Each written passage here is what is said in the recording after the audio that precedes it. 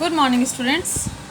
Next topic है बेटा हमारा आपका सेकंड चैप्टर चल रहा है सिविक्स का 8th क्लास का फंडामेंटल राइट्स। फंडामेंटल राइट्स का मतलब होता है हमारे बुनियादी अधिकार।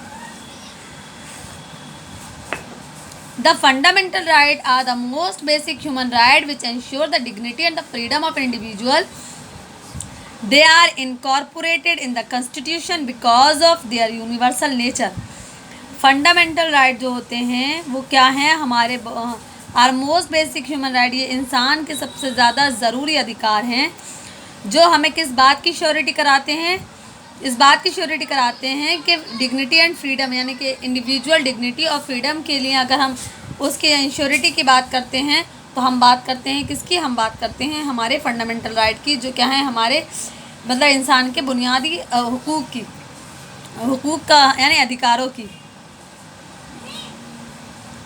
दे are incorporated in the constitution because of their universal nature.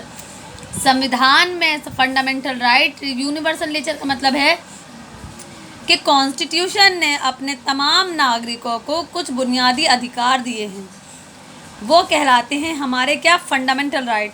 These rights had deep root in the national struggle for independence.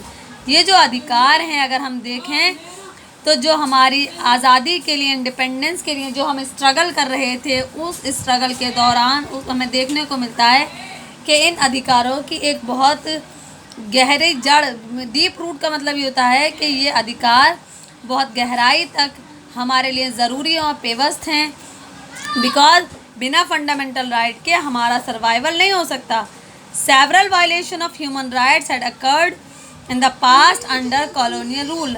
हम पास्ट में ये देखते हैं कि जब यहाँ ब्रिटिशर्स थे, राज कर रहे थे, हमारा देश कॉलोनीज़ में बटा हुआ था, तब बहुत सारे इंसानी अधिकार थे, ह्यूमन राइट्स थे, जिनका वो खुलकर उल्लंघन या वॉयलेशन कर रहे थे, शोषण कर रहे थे वो हमारे अधिकारों का। Thus it was necessary to incorporate them as a fundamental in the constitution। तब ये महसूस किया गया, तब इस बात की ज़रूरत महसूस हुई कि ये जो कि हमें इन संविधान में अपने नागरिकों को या लोगों को कुछ फंडामेंटल राइट्स देने चाहिए जो बहुत ज़रूरी हैं उनके डेवलपमेंट और उनकी तरक्की के लिए। The declaration of right a legacy of the French revolution of 1979 in the constitution of France. तो अधिकारों के डिक्लेरेशन के बारे में जब हम देखते हैं तो हमें एक पता चलता है फ्रेंच रेवोल्यूशन 1789 में हुआ था। इन the constitution of France French revolution के बाद 1789 के बाद 1789 के बाद, यानी कि आफ्टर द फ्रेंच रेवोल्यूशन, वहाँ के संविधान ने अपने नागरिकों को कुछ अधिकार डिक्लेयर कर दिए, यानी कि डिक्लेरेशन ऑफ राइट, यानी कि संविधान ने, फ्रांस के कॉन्स्टिट्यूशन ने अपने लोगों को, अपने नागरिकों को कुछ जो उनके ज़रूरी अधिकार थे वो उनको दिए। फ्रांस का जो रेवोल्यूशन था बेटा, वो वर्ल्ड हिस्ट्री में जब हम देखते हैं तो ये एक टर्निंग पॉइंट था जिससे बाकी दूसरे देश इंस्पायर हुए और उन्होंने अपने अधिकारों के लिए आवाज़ उठाई थी। वो सब फ्रांस रेवोल्यूशन के बाद ही शुरू हुआ था। ये आप डिटेल में 9th क्लास में पढ़ेंगे। Bill of rights in the constitution of the United State of America in 1791। इन अधिकार फंडामेंटल राइट या अधिकारों से रिलेटेड जो बिल था संविधान में यूनाइटेड स्टेट के, वो कब पेश किया गया? 1791 में, यानी कि 1791 में एक बिल पेश किया गया जो पास हुआ कहाँ से? यूनाइटेड ऑफ अमेरिका से। और उस क्या बिल था वो? Bill of right. नेक्स्ट हम बात करते हैं बेटा universal declaration of human right adopted by UN assembly on 10 दिसंबर 1948। 10 दिसंबर 1948 को जो यूनाइटेड नेशन असेंबली है उसने universal declaration of human right के बारे में कहा, यानी कि 10 दिसंबर 1948 को क्या डिक्लेयर कर दिया यूनाइटेड नेशन असेंबली ने कि जो ह्यूमन अधिकार हैं वो यूनिवर्सल होने चाहिए, यानी कि हर इंसान को अधिकार होना चाहिए। देखो हम लोगों को, हम और लोगों का मतलब है इंसानों को, नागरिकों को जब तक के कुछ अधिकार नहीं दिए जाएंगे सरकार या संविधान की तरफ से तो हमारा सर्वाइवल नहीं हो सकता। These declaration encourage India to affirm, adopt and enact human right in the form of fundamental rights in its constitution. तो जब 10 दिसंबर 1948 को नेशनल यूनाइटेड नेशन असेंबली ने ह्यूमन राइट डिक्लेरेशन के universal declaration of human right के बारे में declare कर दिया, तो भारत ने भी इन ह्यूमन राइट्स को अपने संविधान में एज अ फंडामेंटल राइट की फॉर्म में उसको क्या करा, एडॉप्ट कर लिया।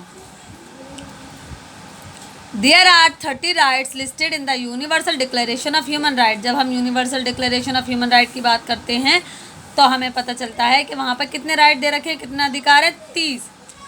सच एज कौन कौन से हैं वो human right? The right to life and security, provision of slavery and the right to equality before law.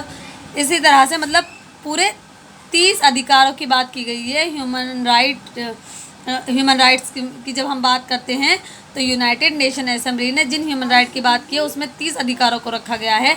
अब हम बात करते हैं significance of the fundamental right. The fundamental right form the basis of our constitution. Fundamental right जो है वो हमारे संविधान की क्या है, बुनियाद हैं, बेस हैं। The significance of this right can be determined from the fact.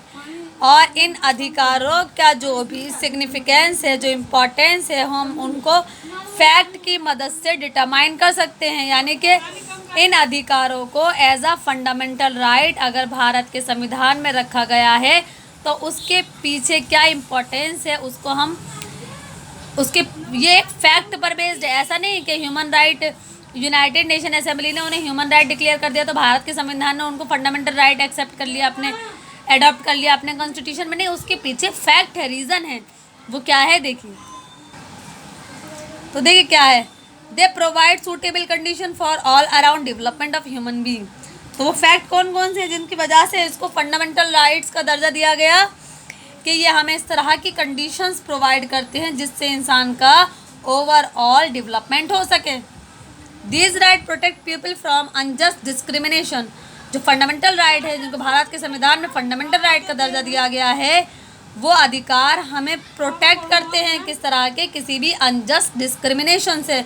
क्योंकि भारत का संविधान ये कहता है कि अगर डिस्क्रिमिनेशन किया जाएगा तो डिस्क्रिमिनेशन क्या है, it is an illegal offence. अगर कोई करता है तो उसके खिलाफ क्या होगा, उसके खिलाफ सख्त कार्रवाई की जाएगी। और इसके अलावा सुप्रीम कोर्ट है जिसके बारे में ये कहा जाता है कि supreme court is the guardian of the fundamental right.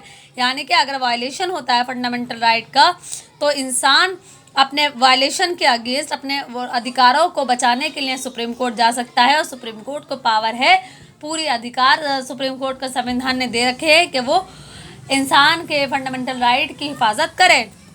Violation करो के they act as a check on the arbitrary power and act of the government. इसके अलावा जो फंडामेंटल राइट्स है हमारे, वो क्या करते हैं, गवर्नमेंट के जो भी पावर्स, गवर्नमेंट अपनी आर्बिट्ररी पावर्स हैं, एक्ट है जो भी गवर्नमेंट कर रही है, उनके ऊपर एक चेक बनाए, उनको चेक करते रहते हैं, एक चेक बनाए रखते हैं कि गवर्नमेंट परफेक्टली काम कर रही है या नहीं। These rights are enforceable by the law and thus one can move the Supreme Court और High Court for their enforcement। ये जो राइट हैं, जो भी अधिकार है, उनको संविधान के ज़रिए लागू करवाया जाता है। इसके अलावा अगर one can move the supreme court और हाई कोर्ट फॉर देयर, अगर कहीं पर भी किसी भी स्टेट में भारत में फंडामेंटल राइट्स को एनफोर्समेंट नहीं करवाया गया है, फंडामेंटल राइट्स को लागू नहीं कराया गया है, तो अब सुप्रीम कोर्ट और हाई कोर्ट लोग अप्रोच कर सकते हैं। अगर किसी का अधिकार फंडामेंटल राइट वायलेट होता है तभी वो सुप्रीम कोर्ट जा सकता है।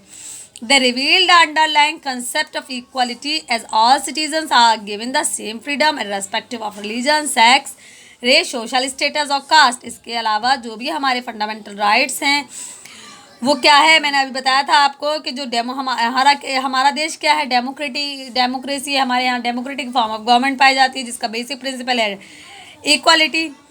तो फंडामेंटल राइट के क्या कहते हैं कि कंसेप्ट ऑफ इक्वालिटी, यानी ऑल सिटीजन, यानी कि सारे ही नागरिक क्या हैं, बराबर हैं, सबको बराबर अधिकार दिए जाएंगे। फ्रीडम इर्रेस्पेक्टिव ऑफ, यानी कि धर्म के बेस पर कोई भेदभाव नहीं होगा।